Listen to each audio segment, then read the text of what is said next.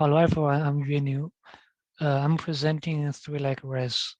It is a privacy-preserving DNN training method that can leverage both TEs and GPUs to achieve privacy protection and also the computing performance.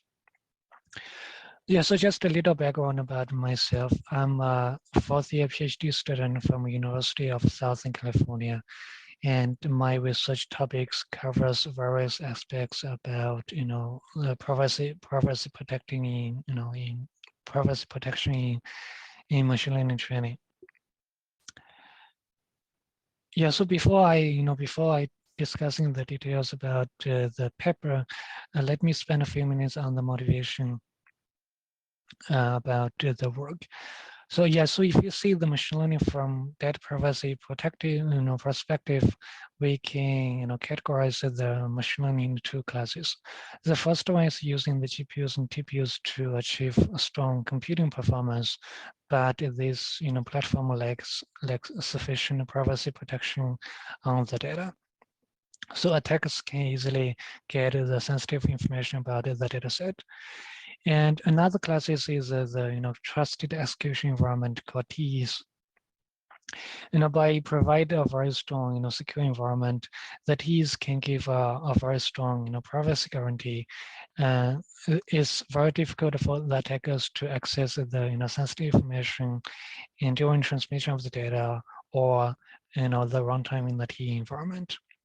But the cost comes with the privacy guarantees the very low computing performance compared to the the GPU or TPU platform.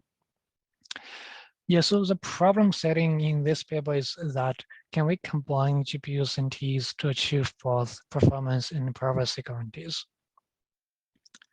Yeah, so let me provide a little more context here in terms of the model inference, in terms of the privacy preserving model inference and training. So for the private model inference, we have very common, we have very famous algorithm called a slalom. So the basic idea in slalom is that in TEs, it add noise to the region data and send the noisy data to the GPUs. The GPUs computing the convolution operations and have this noisy output, and send this noisy output to the TEs. And the TEs can get the region output by decrypting the noise output. Yeah, so it's very private in terms of model inference, but the issue here is that Slalom does not support model training, which is a more computation-intensive task. Yeah, so for model training, there's other method like private ML or darknet. So all of these method have all of these method they're adopting multi-party computing mechanism that use jointly collaborating nodes to support its privacy protecting. So so we assume that they have non-coding GPU nodes that can protect the data, but the assumption of the non-coding nodes might fail in some cases. So if this assumption fails, any single node can reconstruct the data.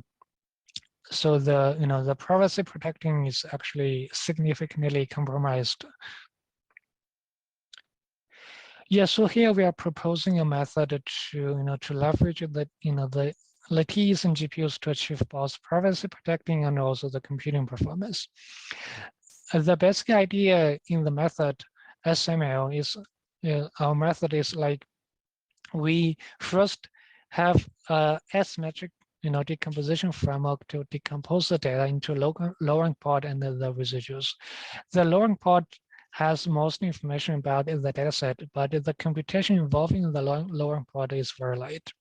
On the other hand, the residuals is not a lowering, but it has less information about the dataset. So yeah, so most information, computations is actually offloaded to the residuals. So then we accordingly decompose the model into two parts. The first part is performed in TEs and read the lowering part XT. And the second part is performed in the GPUs and read the residuals XU.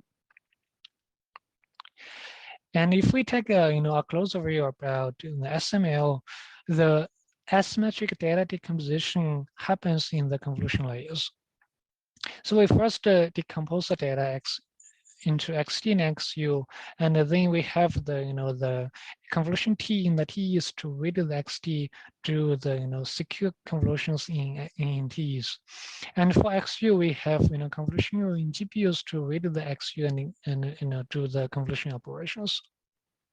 So after we get the output of YT and YU, we combine the output in T's and apply the nonlinear operations. And before proceeding to the next convolution layers, we will do the asymmetric decomposition again to get the lowering part and the residuals. Yeah, so here we summarize the the contributions in this paper. The first contribution is that we develop this asymmetric data and model decomposition by using a lightweight SVD algorithm. So the computation complexity in T is computation complexity in T is increases linearly with the number of principal channels in T. And given the the lowering data in the input, lowering structure in inputs and the intermediate activations, the number of principal channels in T's can be much smaller than the number of total input channels. And if we take a more concrete example, where the number of principal channels in T over the number of total channels is 1/16, we can see that the computation complexity is in T's is much less than the complexity in GPUs. And the second contribution we have is that we have a theoretical guarantee for the privacy. So by adding noise to the residuals and sending the noisy residuals in the GPUs, we achieve the differential private protecting on the data. And compared to the method that directly adds noise to the region data, the noise required in SML is much less than the method that add noise to the residual data, add noise to a region data. So the third contribution we have is that we have a theoretical analysis on the lowering structure in models. So yeah, so to analyze the lowering structure, we first define the SVD, a metric called SVD channel entropy. And then using this metric SVD channel entropy, we measure the the entropy bound in the output after every operation in scenes. Yeah, so for commonly used operation like convolution, loop, pooling, and batch normalizing layer, we demonstrated that output after all of these layers is bounded by the input. So that is the long structure is is well preserved in the in models.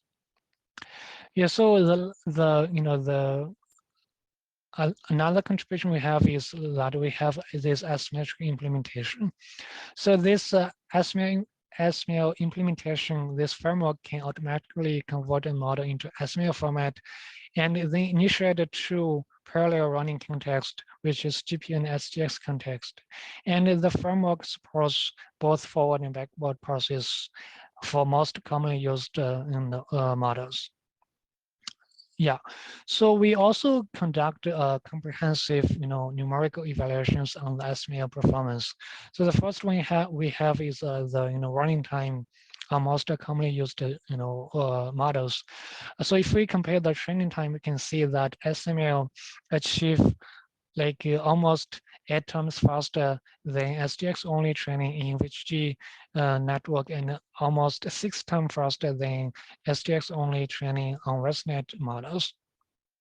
And also we also compare the inference time on beams and compare with a very famous baseline called slalom, and the inference time is almost the same as slalom, thanks to the lowering structures in intermediate data.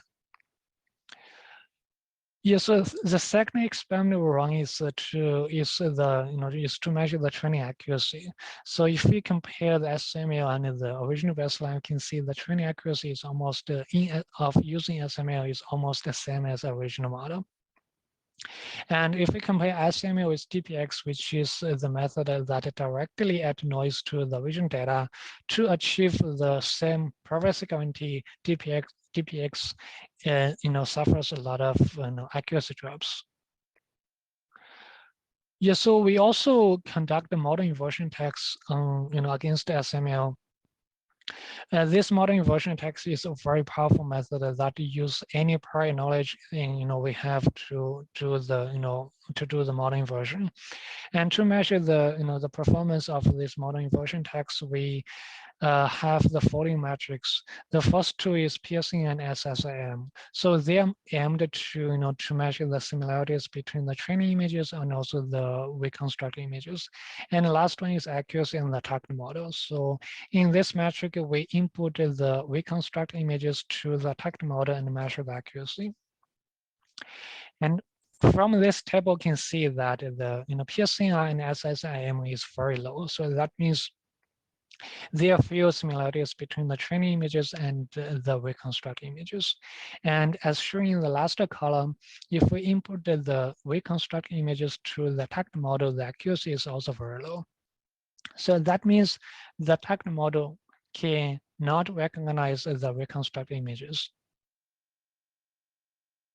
Yeah, so this is like some samples, and we can see the difference between the reconstruct data and the original training data. This, from this, samples, we can see that there's, not a lot of similarities between these two data. Yeah, so this is the experiment we run to evaluate the SML performance, and of course, SML has some limitations. And one significant limitation in the CPU-GPU communications. So to measure this limitation, we break down the running time into 3 parts: forward, backward, and the CPU-GPU communication time. So from this figure, we can see the CPU-GPU communication is very significant, especially in the early convolution layers. It dominated the whole training time. Yeah, so one possible solution is that we can compress the data before sending the residuals to the GPUs. Yeah, so currently we are working along this direction. Hopefully we can resolve this, this issue. Yeah, so this is a very high-level description about SML, and yeah, so I'm very happy to take any questions if you have, and also if you read the papers and have any concerns or questions, please contact me offline, and I'm very happy to discuss with you about any potential issues in SML. Yeah, thank you.